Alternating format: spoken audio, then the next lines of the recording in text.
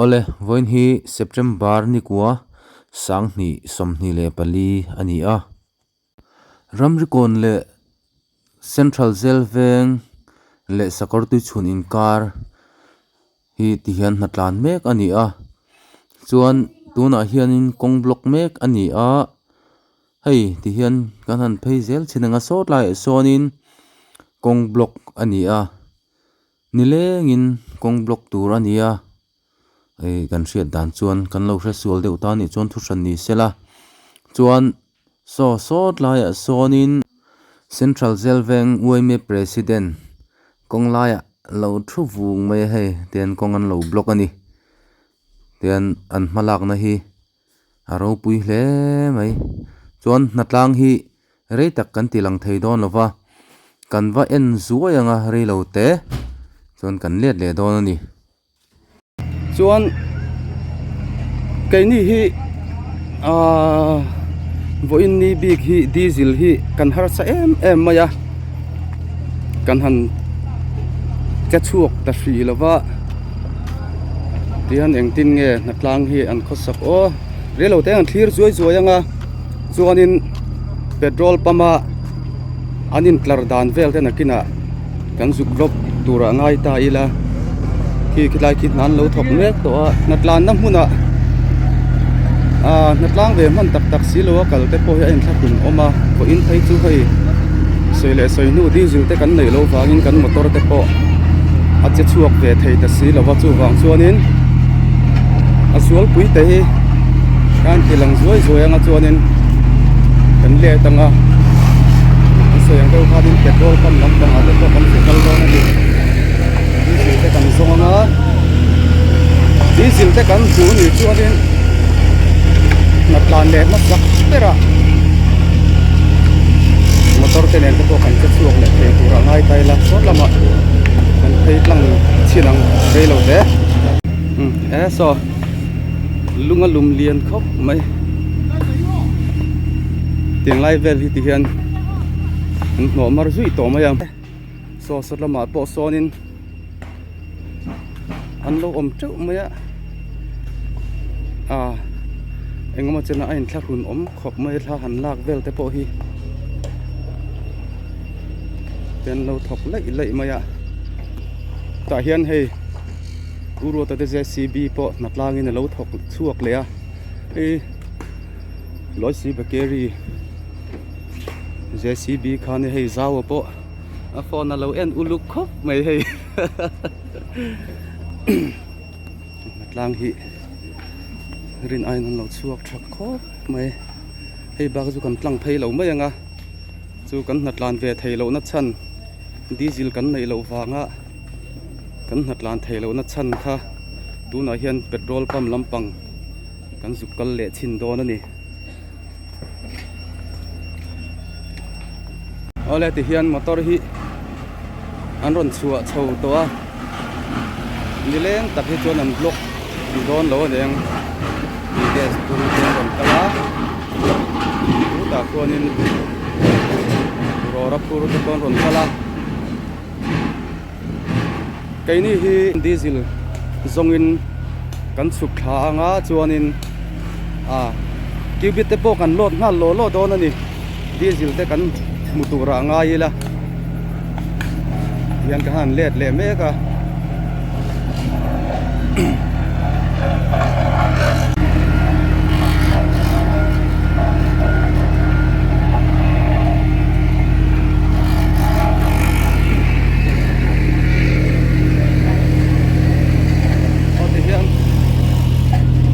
na lam chu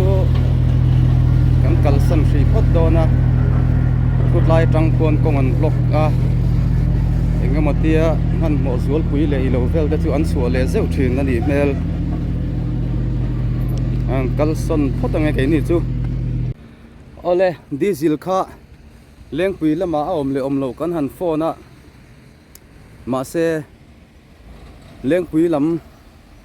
a khanin kanin ka zuk en nok ngai te kan thian mer khani ma se chanchin kha kanin fil lei thei talo kanin phone lei thei talo signal te kan nei thavak lo deuh aniang chuan hei hi man dewa railway an lei do tur kha khami chima mi somthum zet mai an boral na kha ni hei hi chuanin het lama ve thung hianin aral tlan ho na thona ani ve thung aral tlan ho tan hianin railway hi van nei na hi ani ringot maya ral tlan ho mai ba ka si hui le Sairang te le kodanga tanga ron kal te po hin oma chu an na thona mun chu chak lam hi ni ve thunga sotlai sonia raltlan na thoklai te hi hanti lan sakte anuam lo katia suwang chon an na thoklai te kan hanti lang du lem lo hei hi Burma raltlan lampang hianin Burma kan hanti Myanmar Burma ti te pon oma Myanmar hi ani deuh zawk ma in ka hriak Myanmar raltlan tena an eizon na berani hetlai hi si hui rama sonin anin kula si hui lam hianin an rama anin khuartirani si hui local council ani lam ka si hui VC ti zok teng village council anin ka hria si hui hi chu tiang chu nia chuanin si hui atanga lungla tam tak hian an chhor em a chuan Sairanga lungla te po hian an chhor em boka chuan bol dar le cubit hi heta tang hian a chuak na sa em mai ni an mani tha han lak saka han ti vel te aduam lo ka ti te ulaka chu wang chon an na thok lai te tha kan han la dum lem lova amaro chu nakina rem chang te oma khuate tha a kan kal thei te ni chuan an mani omna an ke mi ti mayang ral plan kem sung te po chu wala kun tai la voi khat chu ka vakal to a thala kan tuma an tim ki deu hian ka sia a thala hian du lo deu hian ka sia chu wang chon ka lak sak du talem lo nakina velok sa thapin thalak sak te point pm ngai dan ti te pon kalo zot anga an rem ti ni chuanin hetlai ral tlan hoina anin khuar dan le an school no pangte khoi hmuna ngen kal ti velte naron so dona school no pang hi engza thingen om chu ka thelo heta lung kan lo sak thin hianin a thon tokin hlo nei lowin zirtirna a pe char maya a pak om hle maya school no pang ban vele lai lama lung te hi ron la ve thina zinga lungala a chon choi khama school a kala chonin school ban vele lungala le thina ni chu ti reng chon hunam hanga a in pe so khop maya ti hian hetlai chu kan han kal sananga diesel hi awang khop maya diesel le petrol lak tuma in tlar dul anga kha kan hu man to don lo a chan chu a om lo de uvek to ni petrol pa ma hianin in tlar tur pon diesel le petrol om to lova kaini hi kan van dei hlo maya tlema zong kan anin thun thei hlo mai tengki full hi chuanin kan thun bik lova hemi kan man zo hi chuanin om vele mai tura ngai la a thome hele an chho photanga petrol pump kan en kol chho don ani Sairang petrol pump chu diesel le petrol om lo phota chuan ten kan tlo chho zelanga khoi hi nge petrol le diesel om lo ti kan en chho chin don ani chuan rem chang ani chuanin azol kho chung petrol pump main road ina a tlo tlang ang ho ta chu kan en kol zui tura ngai bok ang ele chho do ne hetla hi thanzawa petrol pump ania sahuan gate atanga tlan thla khanin khitlai kan natlan na hmun kan kong chukla zel PTC road kan ti atanga tlan thla ka Sairang road o Silchar road kan ti meng chu sumi main road juk chu thlak chi a athang deuh lok a petrol pump khania thanzawa petrol pump ta po hianin diesel hi chin hin shelo ni an mani te po han kom hi chu kan han du deuh reuh thona chung gawa kom to ama ro chu thla han lawu wo han kom te nuam lo ve deuh hleka azo tur ang te kan han zo zuai zuai a engtik nge i petrol te diesel te engtik nge in thlen thei don katia an ni chuanin achin kan hre thei lo kan zuk phone a hei kan tang na sakhop maya tiffin te min ron pe hei kan chin hi a soi thei lo ni an lo tia chumi chu o ama sa kan soi le lok du chu chumi hemi petrol le diesel kan harsat na chan chu Sairang le kawnpui in kar kong chhelu tuk a hian an nur do ne ti kha i an nor wang ngor po ni lovin kong chhelu tuk wanga an kal thei lo wanga ron tlang thei lo zo kan ni ti kha kan han soi du ani chu konga chhelu tuka motor kal tlang thei lo an tang ani an nur po ni loin an tang ti kha kan han soi du a chuan engpo ni sela chin hi hriat lova arang thei ang pera an ron tlang thei te chu kan han pe se an kong hian siam do na chuna kong an siam anga zana motor an chuwa ve thunganga ma se zana hian kong hong po ni sela motor hi an ron kal thei don chuang hri lo ani a zual pui tal an siam ma chu tiang vel chu kan din hun chu nia kan kong hi a chebon em maya khut lampang te zuk round ve te po an chak om fiu na chungin a zuk kal kul na tur petrol kan nei lo diesel po kan nei lo chi tiang vel chu nia zuk kal chu zuk kala hmuna thla zuk lak te chu chak viau mai la diesel le petrol hi engma thun tur kan nei lo wangin a hmuna kan zuk kal chil thei lo a poi kan ti hle ni chuan petrol pump sang kan tlo kual do na zan in chu kan tlo kual kim thei don chung lo ma ro chu a thei ang kan han tlo kual ange engting nge petrol le diesel hi avang rengem ti a mun nge ya kan fin fia do na mun tina om lo ti ri ngot kha oi lo tok ten lo om thaya a mun nge ya kalin tunan kan fin fia do na ni ole hi SL silo petrol pamani ve thunga ni diesel ni po hin nei lo wa an nei lo chante kan zot chin photange chuan hi no diesel ten zia petrol hi no petrol ti hi atua a hriat thave chuanin an ni po hi an teng lorry hi aron chhona rei to a kong siam vel hian an dang man ani an ringa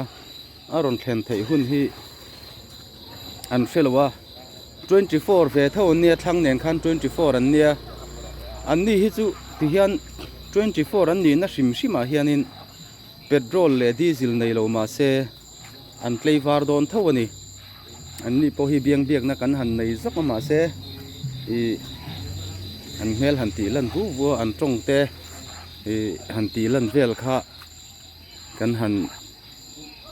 ti lem lo ani an mani chuan an poi ti le ti lo chu ka zot lem lo ma se angai kher lo tura kan nga ya dikhan an thlen hun tur an hriange hre lo te kan han zo zuai ya chin hi an hre lo ani an po ni sela kan chho le zelanga khit lampanga petrol pump sang tet lo kual kan du sia atlai lutuk chuanin in khar pa ngai satlia te ponan lo in khar manang ti hlo om sia ranglamin kan han chhawanga traffic te jam lo tura ngai la jam lo ram se kan ti hle ni ngan chho zel photange ole hei ruat kima petrol pump kan thlenga tai chuanin diesel lo lok mai a hei kan thun lok do na ni ta hian diesel om tlat mai wa diesel ve diesel kan thun anga mun dangang kal leang ola hei ruat ke ma petrol pump a chon diesel chu du thalin kan lata a kalmek in neim kan tia kalmek chu kan nei lova ma se diesel chu kan langa an tia ni diesel har don a wang don tia in soi thaina mai mai nge ni anga kan chho zelanga diesel om lo kan en chho zel don ani ruat ke ma petrol pump a chon tu na hian diesel an langa ti kha pakhat na chon ni phot sela achak kan en chho le don ani chon thil pakhat le lok ang lo diesel an nga ma se petrol an nei lo ve thung o petrol hi om lo ala om lo chho char char chon in thil lama petrol a omem ti kha kan en bokang petrol le mo diesel le mo enge eng tin ngen nei dan te kan en chho don ani tlai hi singson kha ni ve thunga mana petrol pump chim kha hei chu hian kan kal pel le photanga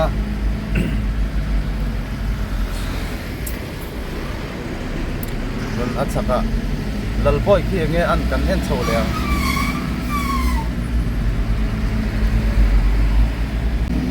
ti hian lalboi chu kan thing chho le ta a lalboi a hianin om chat mai hei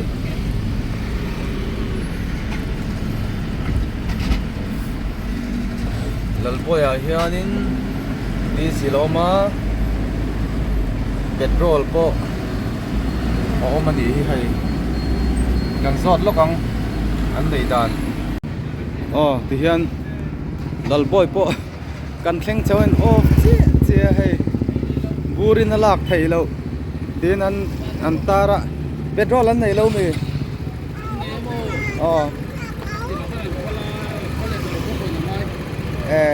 ani chu petrol hi harsat le mai hei kopen kopon angai ni heta po hianin petrol hi om lo chho chara diesel ero hi chu puta khana oma hei ta po hian diesel po oma ma ro chu tuna hianin tiang thung to a hian an kal chho zelanga petrol hi ala harani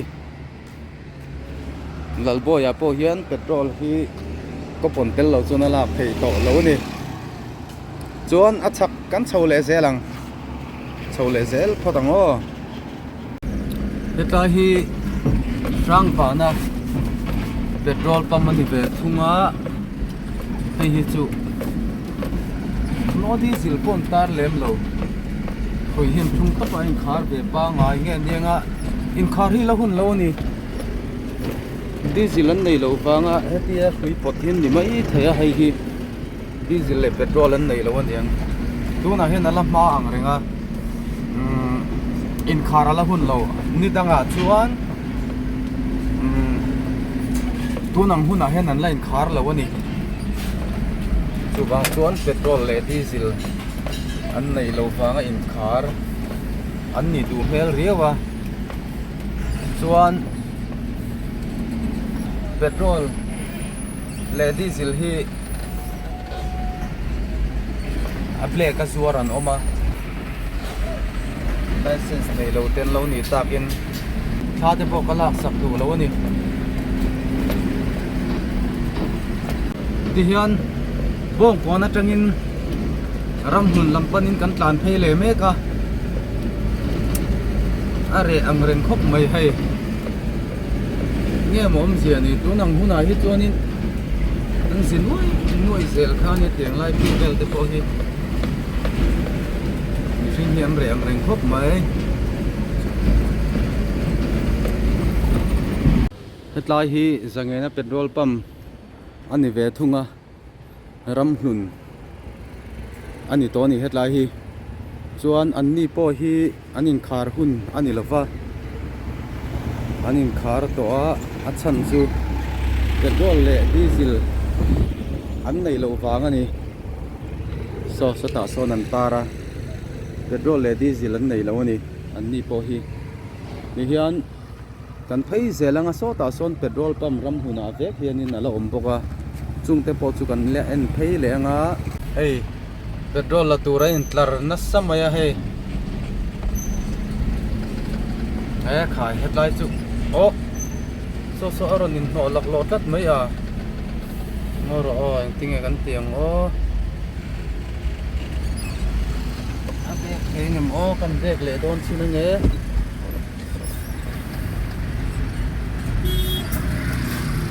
mà một tôi nó mình lệ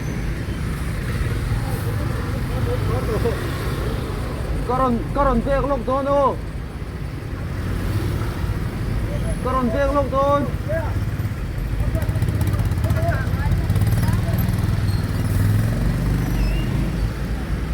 oleh tian traffic karon to la cái itu traffic ini ni buat ini kan maya buat kat kabek leng ah kan so ini lang ah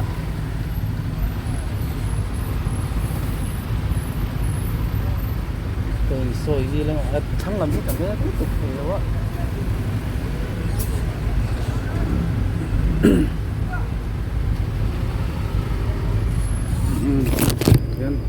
con đã để lúc con ma đều tốt lúc anh ô lúc ô traffic in tí hanin low control zel buka petrol la tura in tlar vel wangin tí hanin kan han sang deu lei lei ya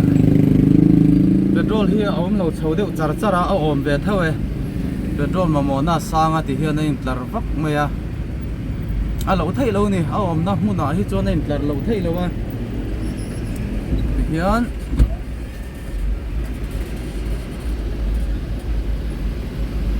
akal thấy về lệ cần kal đồ na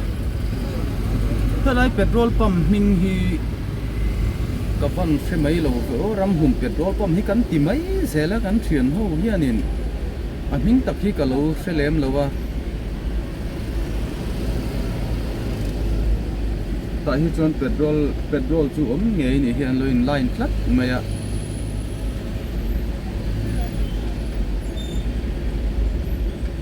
thì cái này là cal thol để uta cái này po chỉ suộc đón con ta ila camera cái là lấy thay lâu à buổi tháp khóc mày thì hiện Israel point kan thim phei ta motor ve vak hi alam ma ang mai tu na tam lo khop mai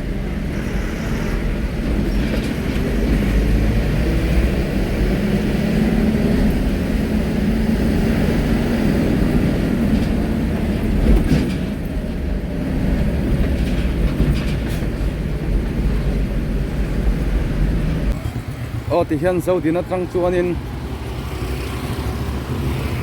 dâu thì nó trăng chuan cần thấy ta mi dâu phết petrol pump cần phải end on này abul ason là tin thấy don si lawa hết ta Mahatma Gandhi lim bula hanin cần ding ta tiền cần kal phei be ta mi dâu phết hianin diesel le petrol an nei le nei lo kan va en chinanga sumo hi hatlai hian an ding cheu maya diesel chang an ni du hel riu maya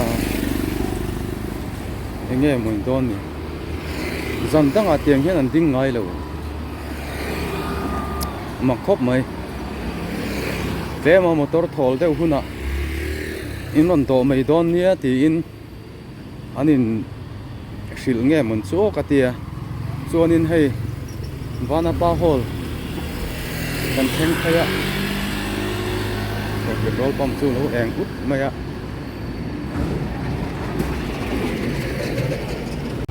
mi zo fet chu kan theng ta khu Izo feta po hianin petrol om ani hi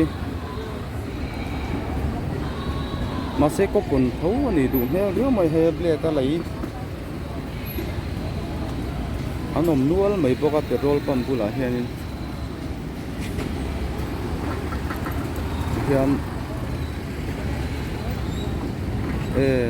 o ani ku ko pon lo chon an pe lo ni ku zo feta hian petrol hi a harsa ni hi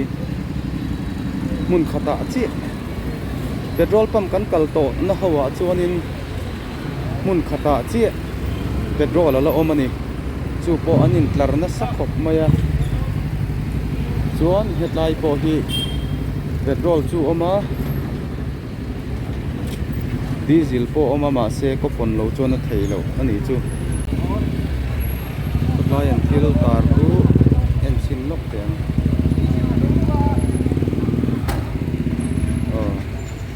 diesel ko pon petrol le xp ko pon chonan pe chuak ani zo feta po hian ko pon chawan tek chua wangin hetlai hianin